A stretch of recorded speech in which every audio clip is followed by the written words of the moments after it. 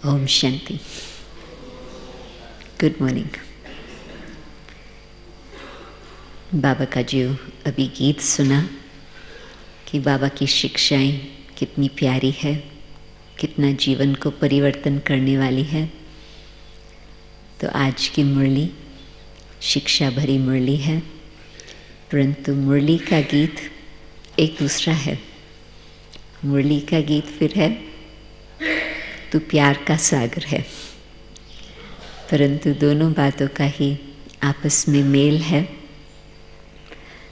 बाबा अपने प्यार के कारण ही हमें ऐसे बनाने चाहते जो अंत में कोई हमको सज़ा न खानी पड़े, परंतु हम संपन्न होकर के पूरा ही कर्मातीत स्थिति को प्राप्त करके घर जाएं।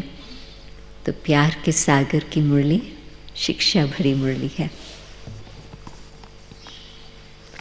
यह है 18 तारीख की अक्टूबर मास की मुरली। मीठे बच्चे,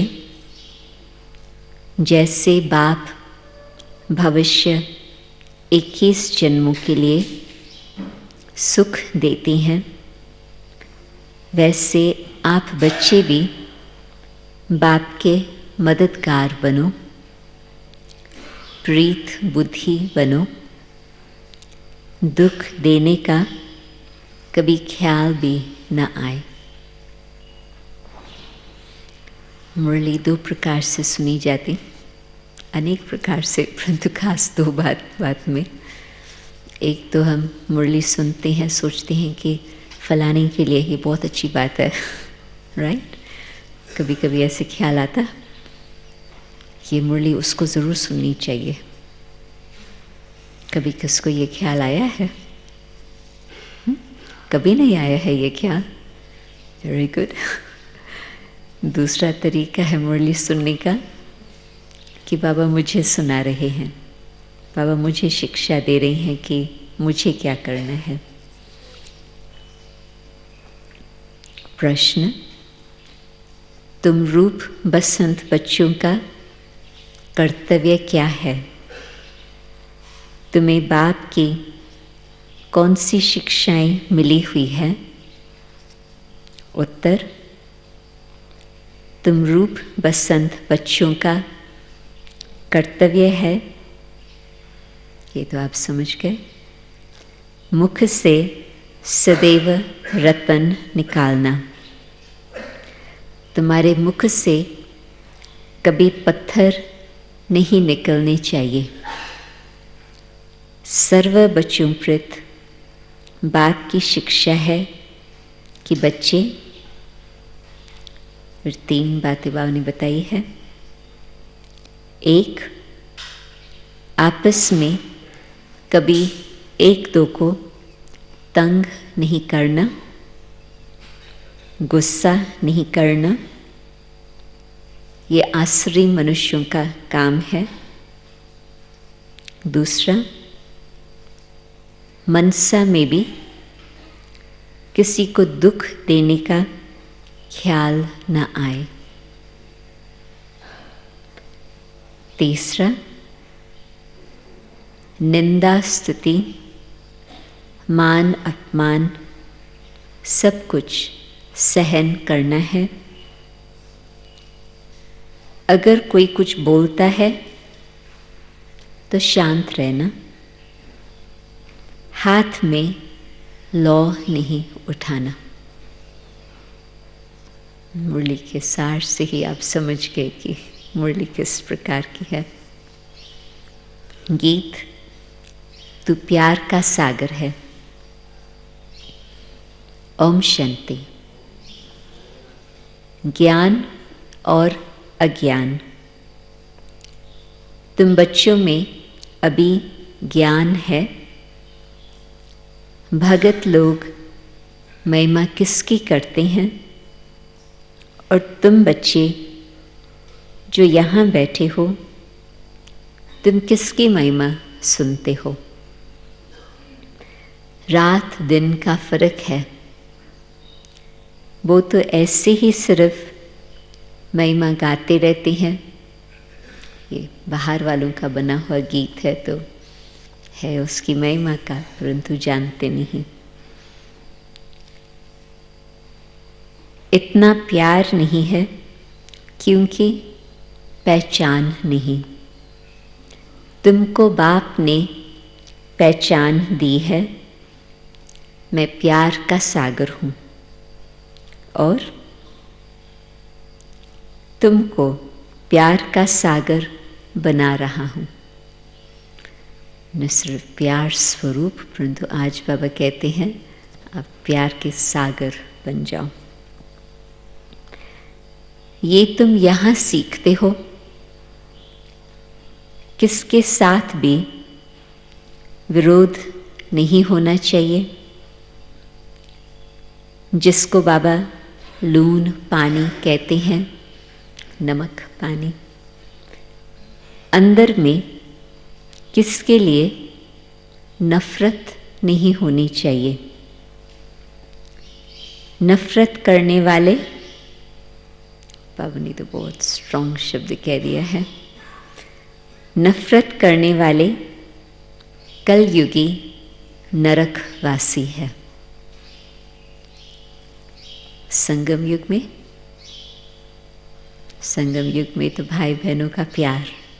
तो बाबा कहते जानते हो हम सब भाई बहन हैं और शांति धाम में है तो भाई भाई है।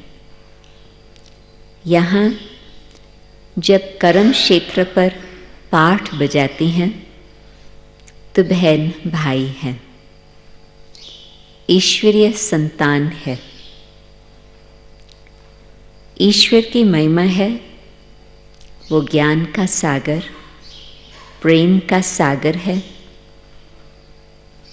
जो ज्ञान का सागर है, प्रेम का सागर है, उसका कर्तव्य क्या होगा?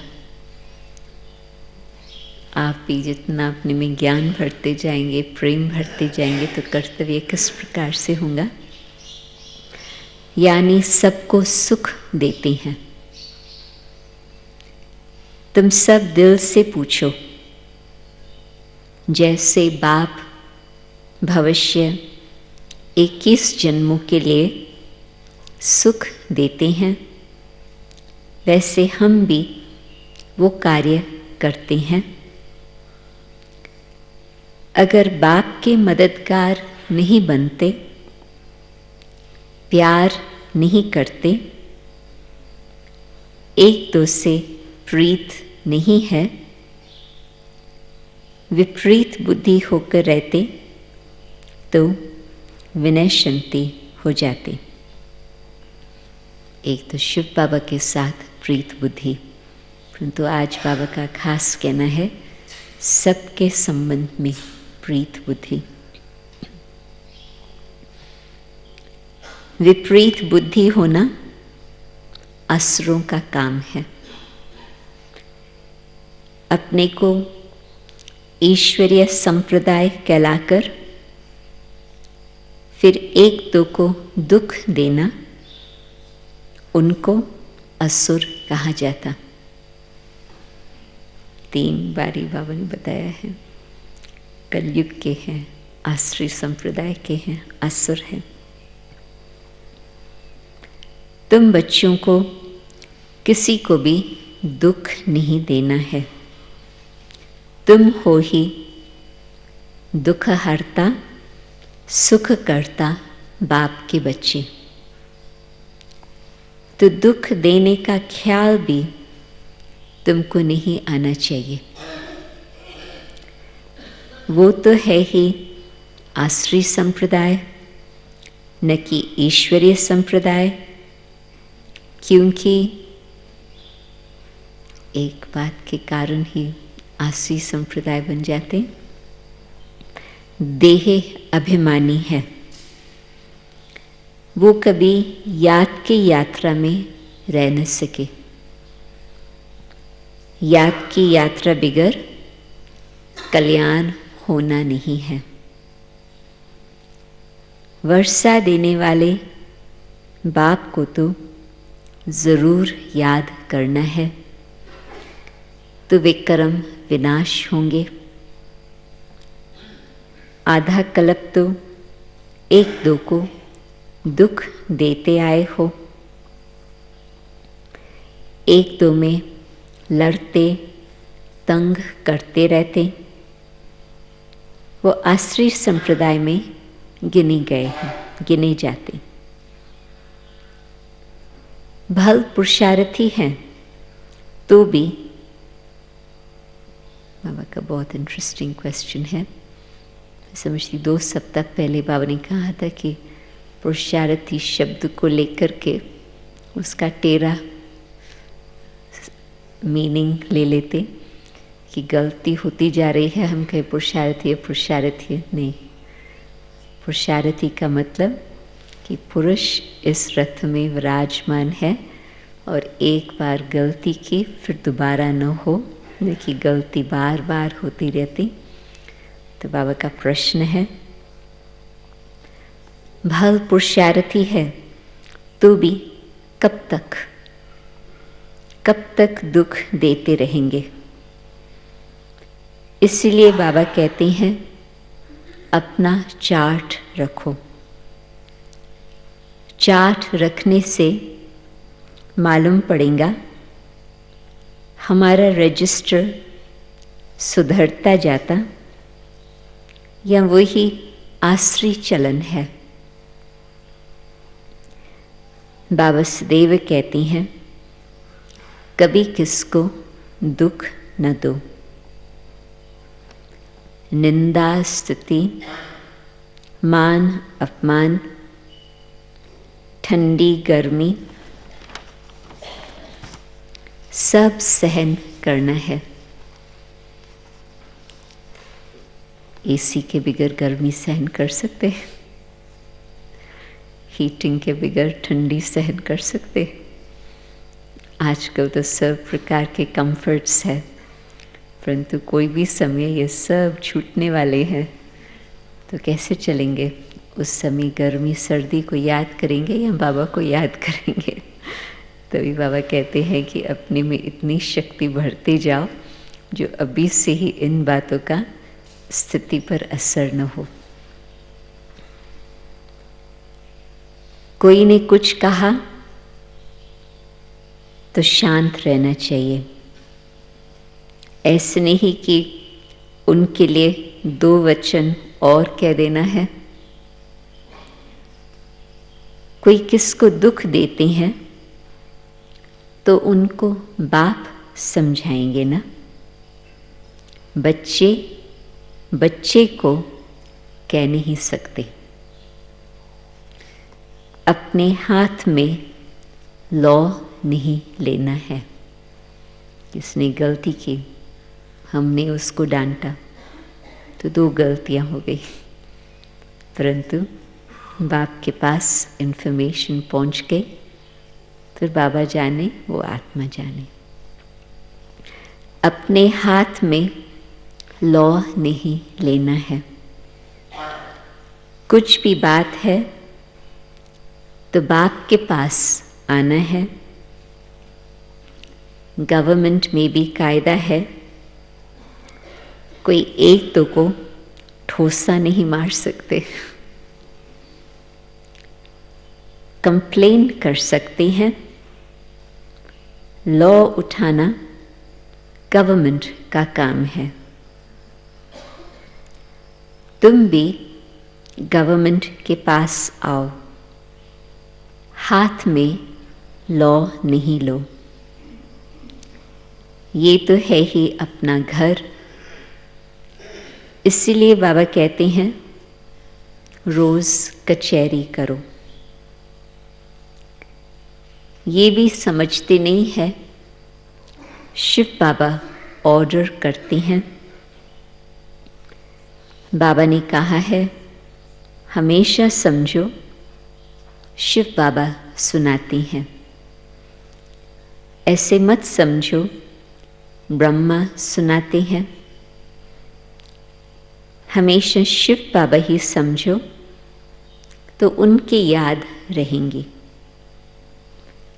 ये शिव बाबा ने रथ लिया है तुमको ज्ञान सुनाने के लिए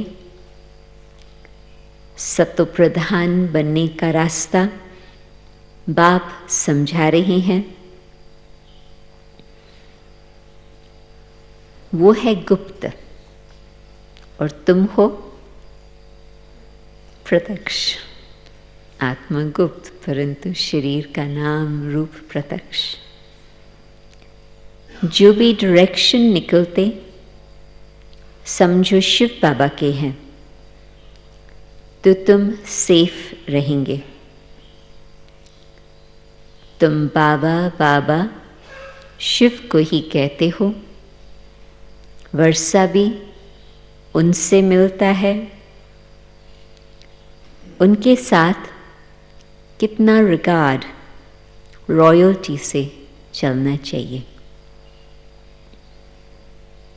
बाबा कौन है, पहचान है, प्रीत बुद्धि है, तो फिर उस रिगार्ड से, उस रॉयल्टी से आज्ञाकारी होकर चलेंगे।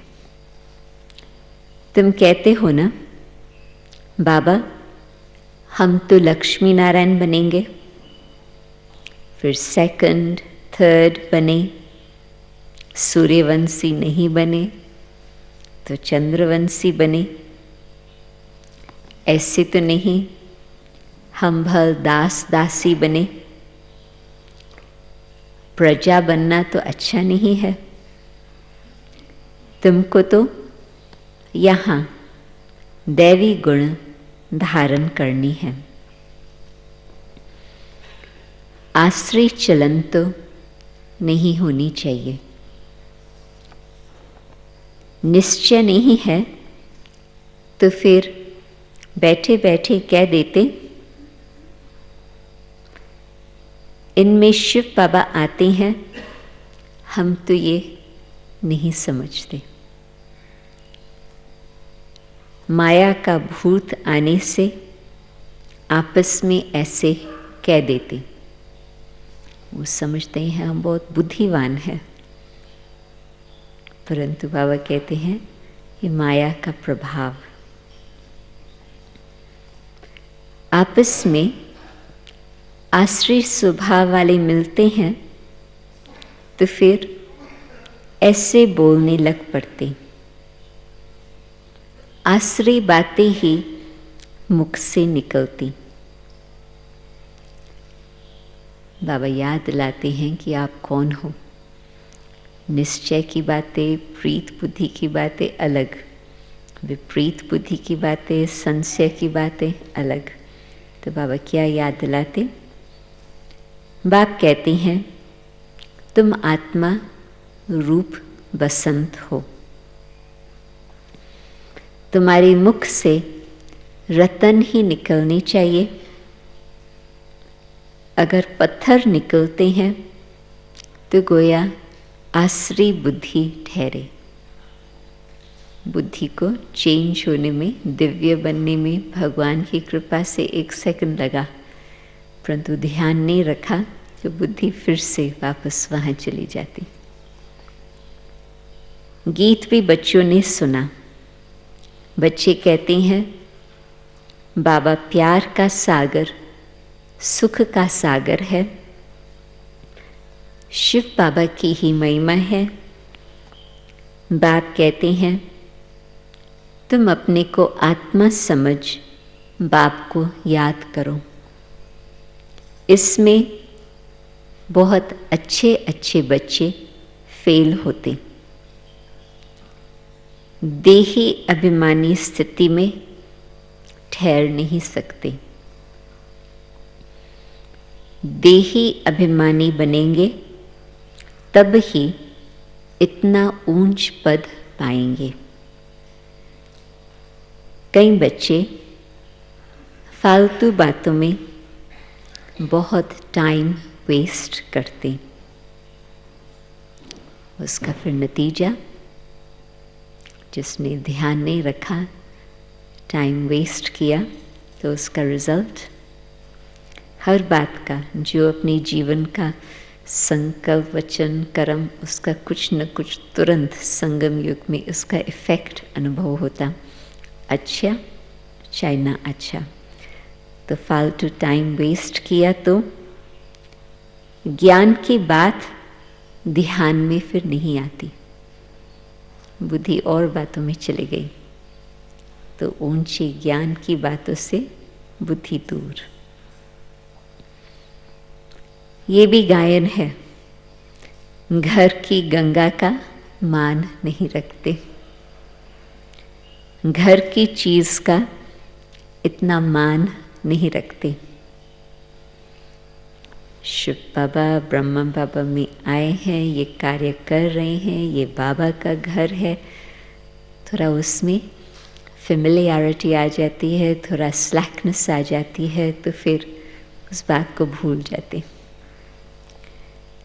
जबकि कृष्ण आदि का चित्र घर में भी है, फिर श्रीनाथ द्वारे आदि इतना दूर दूर क्यों जाते हो? शिव के मंदिरों में भी तो पत्थर का ही लिंग है, पहाड़ों से पत्थर निकलता, वो घिस घिस कर लिंग बन जाता, उसमें कोई पत्थर में सोना भी लगा हुआ होता, उस पत्थर में ही सोना होता। कहा जाता है सोने का कैलाश पर्वत, सोना पहाड़ों से निकलता है ना, तो थोड़ा थोड़ा सोना लगे हुए पत्थर भी होते हैं, जो फिर बहुत अच्छे अच्छे गोल हो जाते हैं, और वो फिर बेचते हैं। पानी से वो सारा पत्थर ही स्मूथ गोल हो जाता है। मार्बल का भी खास बनाते। अब भक्ति मार्ग वालों को कहो कि तुम बाहर में इतना भटकते क्यों हो, तो क्या आपको कहेंगे? तो बिगड़ जाएंगे। बाप खुद कहते हैं तुम बच्चों ने बहुत पैसे बर्बाद किए हैं, ये भी ड्रामा में पार्ट है जो तुमको धक्का खाना पड़ता। ये है ही सारे चक्कर को बाबा भिन्न भिन्न शब्दों में, दो शब्दों में कॉन्ट्रास्ट का सारा चक्कर उसमें आ जाता। दिन रात, पवित्र अपवित्र, कितनी कॉन्ट्रास्ट की बातें हैं, हार जीत। और आज बाबा कहते हैं ये है ही ज्ञान और भक्ति का खेल। अभी तुम बच्चों को सारी समझ मिलती है, ज्ञान है। ज्ञान क्या है? बहुत अच्छी बात बाबा ने बताई है आज की मुरली की लहर से। ज्ञान क्या है? ज्ञान है सुख का रास्ता। बुद्धि में समझ है तो सुख के रास्ते पर चलेंगे, औरों को भी वही रास्ता दिखाएंगे। अज्ञान है तो फिर खुद भी दुखी, औरों को भी दुख। ज्ञान है सुख का रास्ता। ज्ञान से सत्य की राजाई मिलती। इस समय राजा रानी तथा प्रजा सब नरक के मालिक है। जब कोई मरता है तो कहते हैं स्वर्गवासी हुआ। इन बातों को अभी तुमने समझा है। अभी तुम कहते हो हम स्वर्गवासी बनने के लिए स्वर्ग की स्थापना करने वाले बाप के पास बैठे हैं। ज्ञान की बूंद मिलती है। थोड़ा भी ज्ञान सुना तो स्वर्ग में ज़रूर आएंगे। बाकी है पुरुषार्थ पर। समझते हैं गंगा जल की एक लोटी भी मुख में डालने से पतित से पावन बन जाते है। ज्ञान की बात उन्होंने ले लिया है, पानी की बात। लोटी भर कर ले जाते, फिर रोज उनसे एक एक बूंद पानी से मिलाए स्नान करते, वो जैसे गंगा स्नान हो जाएगा। भक्ति की भी कमाल है। विलायत में भी गंगा जल भर कर ले जाते। रियल उन दिनों में तो राजा ये लोग ही विलायत जाते थे, आम तो नहीं जाते थे। और उन दिनों में स्टीमर में जाते थे, शिप में जाते थे, तो लिटरली गंगा जल का मटका लेकर के अपने साथ यात्रा करते थे।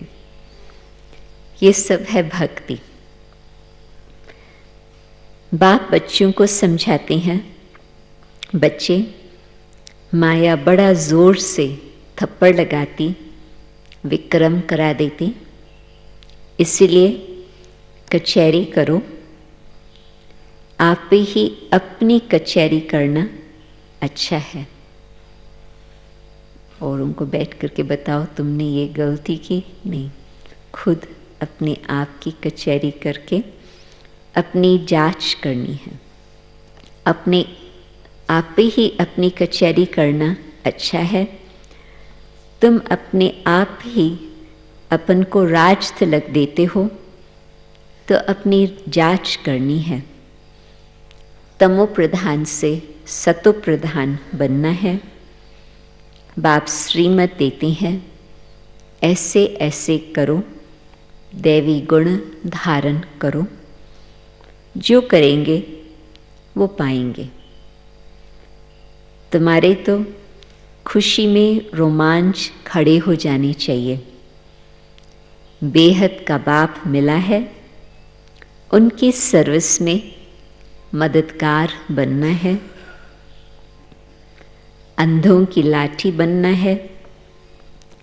जितना जास्ती बनेंगे उतना रियल बात, और उनकी सेवा जितना ज़्यादा करते उतना अपना ही कल्याण होगा, खुद के लिए ही फायदा। बाबा को तो घड़ी घड़ी याद करना है। निष्ठा में, पुराने दिनों में योग नहीं कहते थे, निष्ठा मेडिटेशन। निष्ठा में एक जगह बैठने की बात नहीं, चलते फिरते याद करना है। ट्रेन में भी तुम सर्विस कर सकते हो। तुम कोई को भी समझा सकते हो कि ऊंच ते ऊंच कौन है, उनको याद करो। वर्षा उनसे ही मिलेगा। आत्मा को बाप से बेहद का वर्षा मिलता है। कोई दान पुण्य करने से राजा के पास जन्म लेते हैं, सो भी अल्पकाल के लिए, सदान तो राजा नहीं बन सकते। तो बाप कहते हैं, यहाँ तो 21 जन्मों की गारंटी है। वहाँ ये पता नहीं पड़ेगा कि हम बेहद के बाप से ये वर्षा ले आए हैं। ये ज्ञान इस समय तुमको मिलता है, तो कितना अच्छी रीत पुरुषार्थ करना चाहिए। पुरुषार्थ नहीं करते, बाबा इतना प्यार से स्पष्ट करके बता रही हैं, फिर भी पुरुषार्थ नहीं करते, तो गोया अपने पांव पर कुल्हाड़ा मारते हैं। चार्ट लिखते रहो तो डर रहेगा।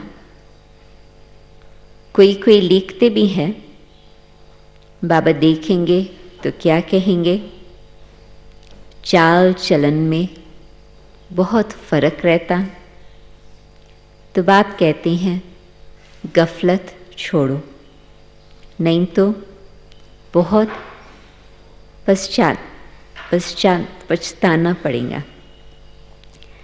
अपने पुरुषार्थ का फिर पिछाड़ी में साक्षात्कार ज़रूर होगा, फिर बहुत रोना पड़ेगा। क्या कलप कलप यही वर्षा मिलेगा? दास दासी जाकर बनेंगे। आगे तो ध्यान में जाकर सुनाते थे, फलानी दासी है, ये है। फिर लिटरली वो ट्रांस में जाकर फिर आकर बताते थे कि ये महारानी, ये तो शहजादी और ये तो दासी। बाबा ने बंद कर दिया। हार्ट फेल हो जाए बाबा के बच्चे तो बाबा पसंद नहीं करते, तो बाबा ने बंद कर दिया। पिछाड़ी में फिर तुम बच्चों को साक्षात्कार होगा।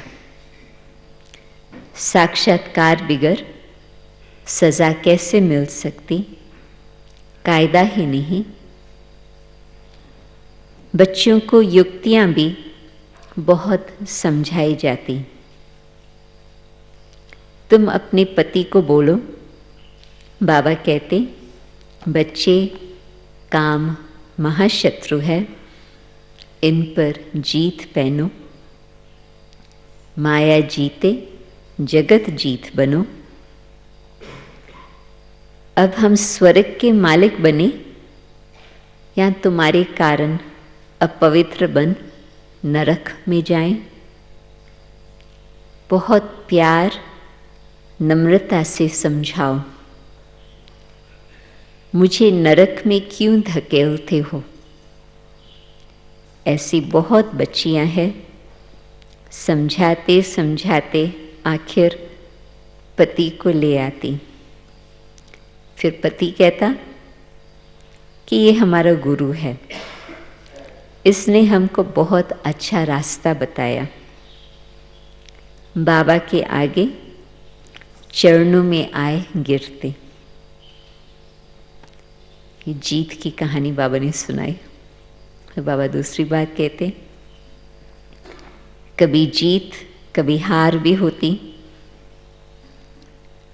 तो बच्चों को बहुत बहुत मीठा बनना है।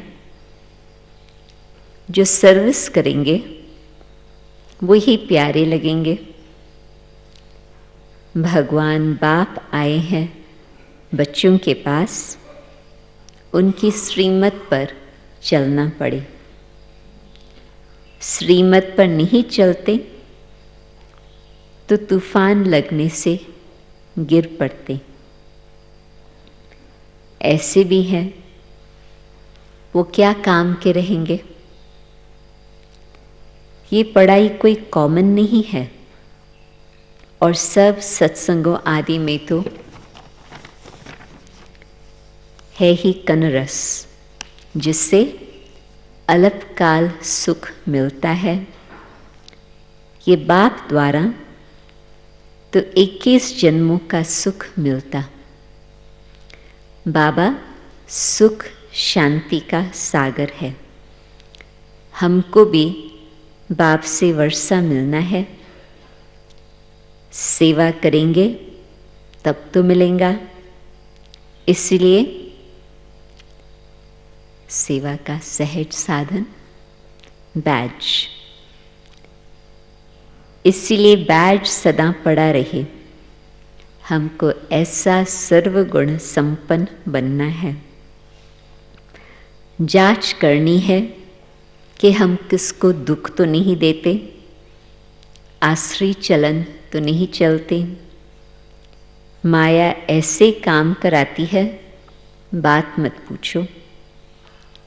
अच्छे अच्छे घर वाले भी बतलाते हैं, माया ने ये विक्रम करा लिया। कोई सच बताते, कोई सच नहीं बताने से 100 गुना दंड पा लेंगे। फिर वो आदत बढ़ती जाएंगी। बाप को सुनाएंगे तो बाबा सावधान करेंगे। बाबा कहते हैं पाप किया है तो रजिस्टर में लिखो और बता दो, तो तुम्हारा पाप आधा खलास हो जाएगा। सुनाते नहीं, छिपा लेंगे तो फिर करते ही रहेंगे, श्राप मिल जाता। न बतलाने से एक बार के बदले 100 बार करते रहेंगे। बाबा ने श्राप नहीं दिया, परंतु अपने कर्म से अपने आप को श्राप दिया। बाबा कितनी अच्छी राय देते, परंतु कोई कोई को जरा भी असर नहीं होता। अपनी तकदीर को जैसे लात मारते रहते, बहुत बहुत नुकसान करते हैं। अंत में सबको साक्षात्कार होगा, ये बनेंगे। क्लास में ट्रांसफ़र होती हैं तो मार्क्स निकलती है ना। ट्रांसफ़र होने पहले रिज़ल्ट निकलती। तुम भी अपने क्लास में जाते हो तो मार्क्स का पता पड़ेगा, फिर बहुत ज़ार ज़ार रोएंगे। फिर क्या कर सकते? रिज़ल्ट तो निकल गई, जो तकदीर में था वो ले लिया। बाप सब बच्चों को सावधान करते हैं। कर्मातीत अवस्था अभी हो न सके। कर्मातीत अवस्था हो जाए तो फिर शरीर छोड़ना पड़े। अभी कुछ न कुछ वे कर्म रहे हुए हैं, हिसाब किताब है, इसीलिए योग पूरा लगता नहीं। अभी कोई भी नहीं कह सकते कि हम कर्मातीत अवस्था में हैं। नज़दीक आने से फिर बहुत निशानियां दिखाई पड़ेंगी। स्थिति द्वारा पता चलेगा कि कहाँ तक वो पहुँचे हैं।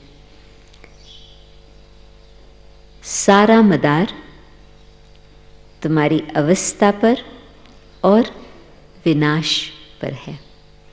बच्चों की अवस्था और विनाश की तैयारियां दोनों इकट्ठे। तुम्हारी पढ़ाई पूरी होने पर होंगी तो फिर देखेंगे लड़ाई सिर पर खड़ी है। अच्छा, मीठे मीठे सीखे लदे बच्चों प्रति माता पिता बाप दादा का याद प्यार और गुड मॉर्निंग। रूहानी बाप की रूहानी बच्चों को नमस्ते।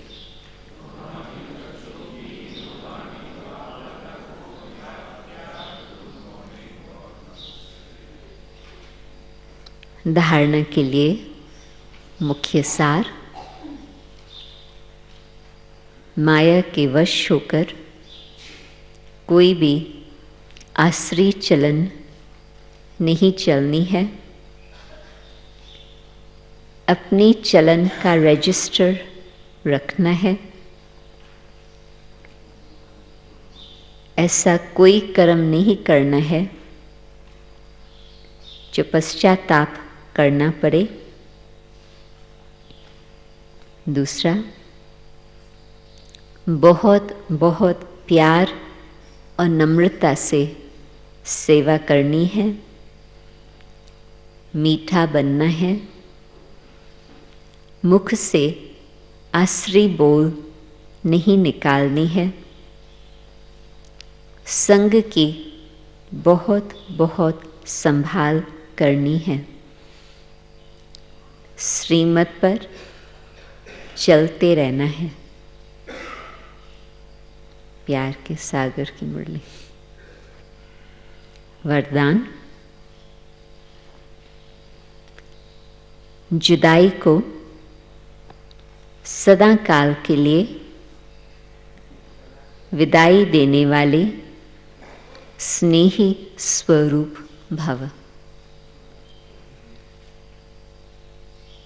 जो स्नेही को पसंद है वही स्नेह करने वाले को पसंद हो। ये ही स्नेह का स्वरूप है। चलना, खाना, पीना, रहना स्नेही के दिल पसंद हो। इसीलिए जो भी संकल्प व कर्म करो तो पहले सोचो कि ये स्नेही बाप के दिल पसंद है। ऐसे सच्चे स्नेही बनो तो निरंतर योगी, सहज योगी बन जाएंगे। यदि स्नेही स्वरूप को समान स्वरूप में परिवर्तन कर दो तो अमर भव का वरदान मिल जाएगा और जुदाई को सदा काल के लिए विदाई मिल जाएंगी। स्नेही स्वरूप। स्लोगन: स्वभाव इजी और पुरुषार्थ अटेंशन वाला बनाओ। सिंपल, बहुत सिंपल करके बाबा ने बताया। स्वभाव को सरल बनाओ, इजी बनाओ और पुरुषार्थ पर सिर्फ अटेंशन। ओम शांति।